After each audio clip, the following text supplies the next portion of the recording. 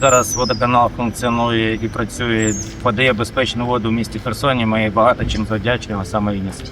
І зараз ми знаходимося на об'єкті, який нещодавно ми отримали від ЮНІСЕФ. Це лабораторія, яка дозволяє нам щоденно моніторити якість води в місті Херсон. Зараз безпосередньо проводяться аналізи води.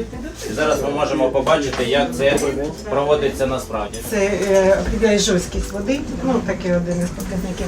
А далі тут і сульфати, хлориди, і у нас багато приладів, з допомогою яких ми працюємо від ЮНІСЕФ, дякую, ви нам купили, подарували.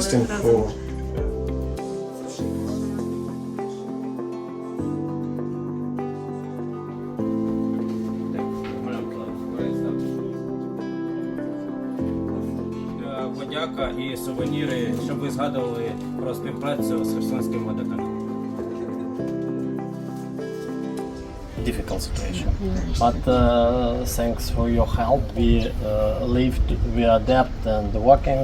Now we rebuild 9 underground schools and are building 7 schools now where children are learning in safe terms.